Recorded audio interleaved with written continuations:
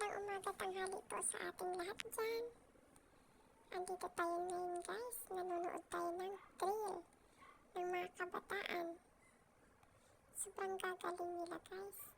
Kita nyo naman na kayo nanonood, kinakabahan din kayo. Ako pa kaya na nandito sa harapan nila. Lumalayo tayo guys kasi baka na masagasaan tayo dyan. Mahirap na, kaya nasa malayo ako habang kumukuha ng video. Ganito kami guys sa probinsya pag may mga ganap, may mga fiesta o kaya araw ng aming barangay.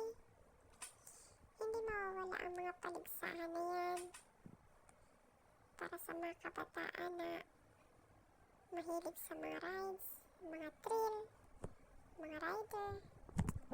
Akala nyo naman mga bihasang-bihasa na yan guys. Tingnan nyo naman, ikaw nanonood, kinakabahan ka kung paano nila akyatin yan, yung terik na bundok na yan, at paano sila bumaba. 10 ikot yan guys, 10 ikot, pero hindi pumapalpak ang isa sa kanila dyan. Tuloy-tuloy silang umiikot. Akalain mo yun, no? Pero napaka-easy lang sa kanila yan. Parang sanay na sanay sila. Ang lalayo ng mapupunta ng mga kabataan na to. Sobrang easy lang sa kanila yan guys. So tingnan nyo naman kung paano nila akyatin yan. Sa sobrang tirik niya, no?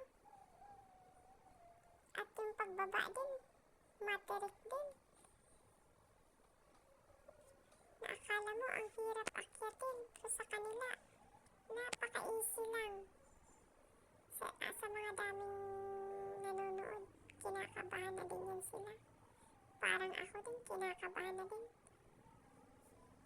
Grabe ang kaba ko dyan, no? Hindi ko lubos maisip na kaya nilang akyatin yan.